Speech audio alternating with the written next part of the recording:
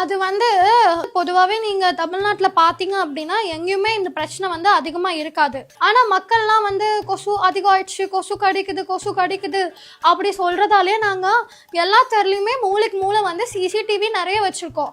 சிசிடிவியை பார்த்துட்டு எங்கே கொசு நிறையா வருது, யாரை வந்து கடிக்குது, கொசு எப்படி இருக்கும், அது எப்படி முட்டை குட்டி போடுது, அதெல்லாம் பார்க்கறதுக்காக நாங்கள் சிசிடிவி வச்சுருக்கோம். அதை பார்த்துட்டு கொசுவெல்லாம் ஒழிச்சிடுவோம். ஒருவேளை அதையும் மீறி வந்து கொசு கடிச்சிச்சுன்னா சொரிஞ்சுக்கோங்க, அப்படி இல்லைன்னா வந்து அடிச்சுக்கோங்க.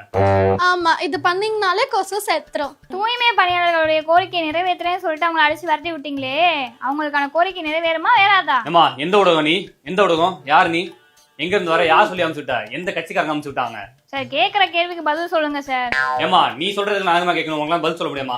இந்த கேள்விக்கு உங்களால பதில் சொல்ல முடியாது. கிளம்பு. அடுத்த கேள்வி கேட்கறதா கேளுங்க, எல்லாம் கிளம்புங்க. சரிங்க சார், போன தடவை கொடை கொடுத்தீங்களே, மக்களுக்காக இப்ப என்ன பண்ண போறீங்க? இந்த தடவை மக்களுக்காக நிறைய பண்ணலான்னு இருக்கோம். போன தடவை கொடை கொடுக்குற விழா நடந்துச்சுல, அந்த மாதிரி இந்த தடவை கொடம் கொடுக்குற விழா நடத்த போறோம். கொடமா? ஆமா, இதோ எல்லாரும் வந்து மழை தண்ணி முட்டி வரைக்கும் இருக்கு, தண்ணி நிறைய வருது அப்படின்ற மாதிரி தான் சொல்றாங்க. அவங்க எல்லாருக்கும் இந்த குடத்தை கொடுத்துருவோம். இந்த குடத்துல இப்படி தண்ணி அவங்க மொண்டு அப்படி கீழே ஊத்தலாம், அப்படி இல்லைன்னா ஆளு குடிக்கலாம், அப்படி இல்லைன்னா டபு டபுன்னு குளிக்கலாம்.